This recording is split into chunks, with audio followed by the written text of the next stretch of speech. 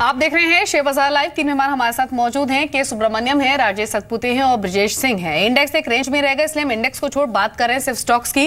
फटाफट से आपको एक बार बता देते हैं कि वो कौन से शेयर्स हैं जो अब तक हमारे एक्सपर्ट्स ने आपको इंट्राडे और पोजिशनल पर्सपेक्टिव से रेकमेंड किए हैं। सबसे पहले ब्रजेश सिंह की जो पिक है वो एबीबी पर हमने उनका व्यू लिया। ये 1600 के टारगेट्स की बात करें, 1417 का पहला टारगेट है, दूसरा टारगेट 1600 प्लस है।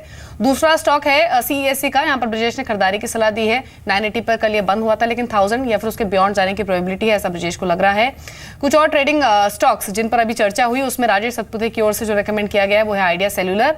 96 के टारगेट बता रहे हैं, कल 8760 पर ही बंद हुआ था। जल्दी से कुछ एक और शेयर्स भी आप नोट कर लें, जिसमें आप दिया गया है टाटा स्पॉन्ज। ये बाय कॉल है राजेश की तरफ से भी, और आप चाहें तो इसमें एक अच्छा ट्रेड आपको मिल जाएगा। इसके अलावा जो हमने और शेयर किए उसमें दीपक नाइट्रेट जैसे शेयर्स भी है, आप इसमें नजर रखें। कोको कैमलिन है बाय, 110 से 112 तक का टारगेट, 100 का अच्छा बेस है, ये एक स्टॉप लॉस बन जाएगा आपके लिए। और दीपक नाइट्रेट पे ब्रेकआउट संभव है, तो आज इस पर नजर रखें। नंबर्स भी अच्छे और ब्रेकआउट भी संभव है, तो आज एक बड़ा मूव दीपक नाइट्रेट के अंदर भी मिल सकता है। और पीटीसी इंडिया को लेकर सुब्रा की राय काफ़ी क्लीन है, वो कह रहे हैं कि यहाँ पे नजर रखें, पीटीसी इंडिया बाय कर सकते हैं। जेट एयरवेज 560 के टारगेट के लिए कह रहे हैं कि बाय करें, यहाँ पे एक अच्छी खरीदारी है। और 40 खरीदें, जिसपे आज एक न्यूज़ फ्लो भी है। 250 का तो सिंह बंधुओं ने टारगेट दिया है कि इस पे हम बेचेंगे। 260 का सुब्रा की तरफ से टारगेट है कि यहाँ पे नजर रखें। आईआरबी इंफ्रा पे भी वो कह रहे हैं कि जो बैन वाले शेयर्स हैं, फ्यूचर नहीं मिलेगा, कैश मिलेगा, तो आप आईआरबी इंफ्रा का शेयर प्लस कर सकते हैं। चलिए, पूजा त्रिपाठी हमारे साथ जुड़ चुकी हैं, उनके पास कुछ और ट्रेडिंग पिक्स हैं, आज जानते हैं उनसे भी। बताएं पूजा। जी, आज सारे ही कॉल्स में ज़्यादातर कॉल्स में खरीदारी की राय है, सिर्फ 2 में बिकवाली की राय आ रही है। चॉइस ब्रोकिंग के कॉल से पहले शुरुआत कर लेते हैं। इन्होंने डीबी रियल्टी में खरीदारी करने की राय दी है। कल भी हमने देखा था अच्छी तेज़ी थी, करीब 6.5% की तेज़ी इस स्टॉक में देखने को मिली थी। आज भी वो बरकरार रहने की उम्मीद है और 54 तक के लेवल्स आपको स्टॉक में देखने को मिल सकते हैं। और दूसरे कॉल में इन्होंने आरसीएफ में खरीदारी करने की राय दी है 95 के टारगेट के लिए, और स्टॉप लॉस होगा 87 का। बाकी दोनों कॉल्स में इनकी सेल रिकमेंडेशन आ रही है। पहले इन्होंने इन्फीबीम में बिकवाली करने की राय दी है। 960 के लेवल्स तक की गिरावट इस स्टॉक में देखने की उम्मीद है, बेच के चलिए और स्टॉप लॉस लगाइए 1035 का। और अगले कॉल में इन्होंने भारत फाइनेंशियल्स में खरीदारी करने की राय दी है। कल भी स्टॉक में कमजोरी थी, आज वो बरकरार रहेगी और 740 तक के लेवल्स आपको स्टॉक में देखने को मिल सकते हैं, और स्टॉप लॉस लगाइए 795 का। प्रिसिशन इन्वेस्टमेंट ने ट्राइडेंट में खरीदारी करने की राय दी है। इंट्राडे में बाय कॉल दिया है। 2 से 3% की तेजी स्टॉक में आपको आज देखने को मिल सकती है, और स्टॉप लॉस लगाइए 87.5 का। और अगले कॉल में इन्होंने एस्ट्रल पॉली में खरीदारी करने की राय दी है 611 के टारगेट के लिए, और स्टॉप लॉस होगा 579 का। अब आईडीबीआई कैपिटल के कुछ कॉल्स लेते हैं। इन्होंने माइंडट्री में खरीदारी करने की राय दी है। यहाँ पर भी अच्छी तेजी देखने की उम्मीद है। आज इंट्राडे में ही 516 तक के लेवल्स आपको देखने को मिल सकते हैं, स्टॉप लॉस लगाइए 496 का। अगले कॉल में इन्होंने नव भारत वेंचर्स में खरीदारी करने की राय दी है 156 के टारगेट के लिए, और स्टॉप लॉस होगा 146 का। और आखिरी कॉल में टाटा एलेक्सी में खरीदारी करने की राय दी है। इंट्राडे में खरीद कर चलिए, यहाँ पर भी करीब 3 से 4% की रैली स्टॉक में देखने की उम्मीद है। 1563 तक के लेवल्स देखने को मिल सकते हैं, और स्टॉप लॉस होगा 1514 का। शुक्रिया पूजा आपका ये ट्रेडिंग चॉइसेस बताने के लिए। तो 10 और 5 हाउसेस की ओर से 10 और स्टॉक्स आपको बताए गए हैं प्योरली इंट्राडे के लिहाज से। होपफुली आपने नोट किए होंगे with target and stop loss. अब एक और मेहमान हमारे साथ मौजूद हैं, मयूरेश जोशी हैं एंजल ब्रोकिंग से। मयूरेश, अब तक तो हम कैश मार्केट के स्टॉक्स की बात करते हैं, लेकिन अब थोड़ी सी प्राइमरी मार्केट की बात कर लेते हैं। एक कंपनी है जो आज प्राइमरी मार्केट से सेकेंडरी मार्केट में आ जाएगी, नेस चांद। इसकी लिस्टिंग आज हो रही है। बहुत ज्यादा वाइब्रेंट रिस्पॉन्स नहीं था, पर ठीक ठाक था। और दूसरा है हुडको, जिसके आईपीओ को पहले दिन ही डिसेंट रिस्पॉन्स मिला।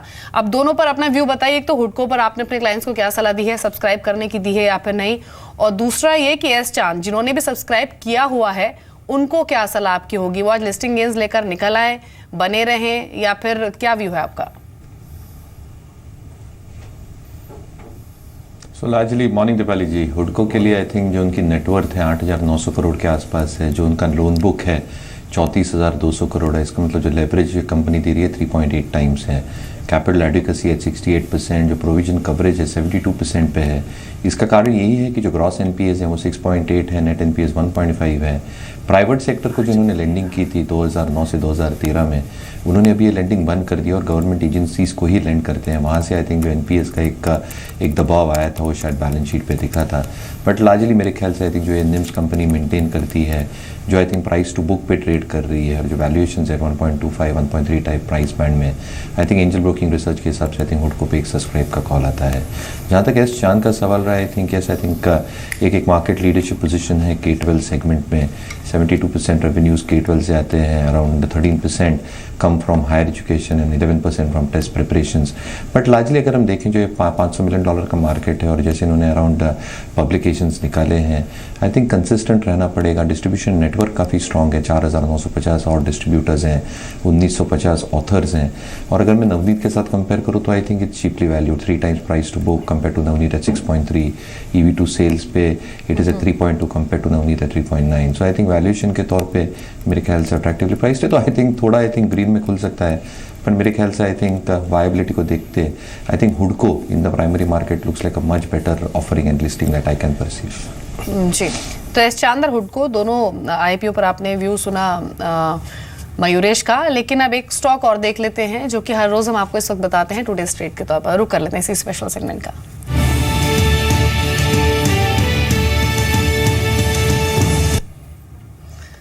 आज का स्टॉक जान लेते हैं डिम्पी से। बताइए डिम्पी, कौन सा स्टॉक पिक किया है?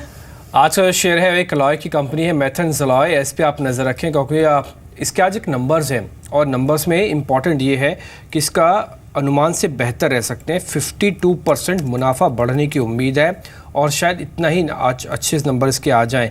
कंपनी में फ़िलहाल कोई कर्ज नहीं है। ये सुन के आपको थोड़ा हैरान हो रहा होगा कि स्टील और आयरन की कंपनी और कोई कर्ज नहीं है। यस, इट्स ट्रू, इस पर कोई कर्ज नहीं है। कंपनी के ऑपरेटिंग मार्जिन्स करीब 10% बढ़ने का अनुमान है। ये ऑपरेशन फ्रंट पर ठीक है। कंपनी का मौजूदा ईपीएस और पी ठीक है। मार्केट के मल्टीपल्स बिल्कुल ठीक चल रहे हैं। जो पी है 20 के मल्टीपल पर चल रहा है और इंडस्ट्री से बेहतर बताया जा रहा है। तो इसके एक तो नंबर्स का बज़ है और दूसरा इसके अपने फंडामेंटल्स ठीक है। तो इस वजह से आप इस पर ध्यान रखें। 525 तक का टारगेट है, 512 का एक स्टॉप लॉस है। तो मैथन्स अलॉय आज का शेयर होगा। कुछ एक और शेयर भी ऐसे समझ लेते हैं जिस पे आपको थोड़ा ध्यान देना चाहिए। उसमें एक का शेयर होगा Punjab and Sind bank. Bond के जरिए करीब इन्होंने 1000 करोड़ जुटा लिए हैं। इस पर आपकी रिकमेंडेशन चाहिए पंजाब एंड सिंध बैंक पे। ब्रजेश करते हैं तो 53 से 1 वे रैली थी एंड 72 इसके आसपास में इसने 52 वीक टॉप भी बनाया है। मेरा मानना ये रैली अभी बरकरार रहेगी। डेली या वीकली चार्ट में तो इंडिकेशन यही है कि जब तक स्टॉक ऑन क्लोजिंग बेसिस 64 के ऊपर ट्रेड करता है तब तक डरने की जरूरत नहीं है। वेरी शॉर्ट टर्म के लिहाज से मैं यही कहूंगा कि दोबारा रीटेस्ट करने की कोशिश करेगा 52 वीक टॉप को अपना 72 एंड 73 के आसपास जो बना हुआ है। अगर किसी का व्यू 3 से 4 महीने का है तो आप बने रहिए। Stock has a potential of touching all the way to 90 odd level. जी, 2 फार्मा स्टॉक्स हैं, उनकी बात करते हैं। पहले तो नोवार्टिस और टोरेंट फार्मा, दोनों पर आप नजर रखिए क्योंकि खबर है कि नोवार्टिस ने टोरेंट फार्मा के साथ करार किया है। रजिस्ट्रॉन ब्रांड की बिक्री को लेकर यह करार किया गया है और इंटेलेक्चुअल राइट्स भी इस करार में शामिल हैं। तो नोवार्टिस और टोरेंट फार्मा पर ये न्यूज़ फ्लो है। दोनों स्टॉक्स पर आज ध्यान रहेगा। एक औरोबिंदो फार्मा पर खबर है और वो ये है कि हैदराबाद यूनिट जिसका हाल ही में इंस्पेक्शन किया था यूएसएफडीए ने, उसको फॉर्म 483 मिला है और 7 ऑब्जर्वेशंस के साथ मिला है। और देखिए, दवा बनाने वाली साइट में कुछ प्रॉब्लम्स पाई गई हैं तो मूड ये बिगाड़ सकता है। औरोबिंदो कल अच्छा चला था लेकिन आज मूड कल का बाजार देख के ऐसा लग रहा था दीपाली कि शायद फार्मा भी कहीं ना कहीं बेस बन रहा है और अरविंदो फार्मा ही कल लीडर था मार्केट का। अब देखिए कल की क्लोजिंग, जब बेस बनता है इन स्टॉक्स का तब ऐसी खबर आती है कि वो बीमार पड़ जाते हैं। पता नहीं ऐसा क्यों होता है कि फार्मा ही सबसे ज्यादा बीमार है इस समय बाजार के अंदर, जो कि सबके लिए दवा का काम करते हैं लेकिन खुद बेचारा बहुत बीमार है। सुब्रा यार, औरो फार्मा के अंदर करना क्या चाहिए? कल थोड़ी सी कन्विक्शन हमको मिली थी कि औरो फार्मा, सन फार्मा शायद अपना एक बॉटम बना चुके हैं। आज फिर से 483 का डंडा चल गया। क्या किया जाए सर अब?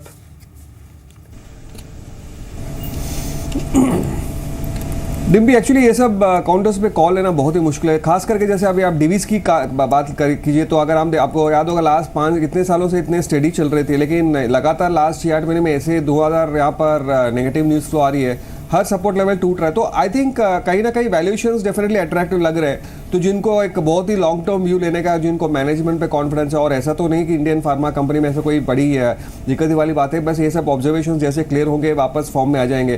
तो आई थिंक एक काफ़ी कठिन परिस्थिति है नियर टर्म में, बट जिनको ऐड ऑन करने का है लॉन्ग टर्म पोर्टफोलियो, जैसे कॉन्ट्रा, बहुत सारे ऐसे कॉन्ट्रा थीम्स भी आए हैं अभी मार्केट में, उस लिहाज से मेरा मानना है कि शायद आईटी और फार्मा दोनों अच्छे हो सकते हैं, अच्छे पिक्स हो सकते हैं, लेकिन पेशेंस की जरूरत है। कम से कम 3-4 साल के एक नजरिया लेके खरीदारी करनी पड़ेगी।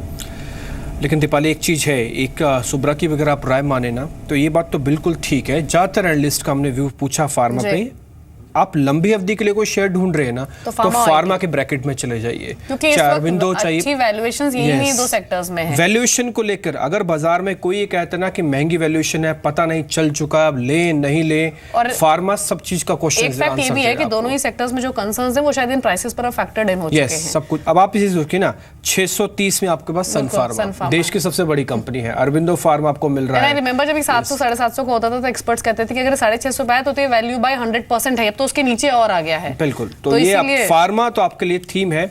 अगर आपको कोई भी लंबी अवधि का निवेश ढूंढ रहे हैं तो फार्मा में जरूर चले जाइए, अपने वित्तीय सलाहकार की राय लेते हुए। फटाफट से रैपिड फायर राउंड शुरू करते हैं और जो हमने शेयर्स आपको बताए हैं उन पे एक बार नजरिया रखते हैं कि क्या क्या अब तक हमको समझ में आया है।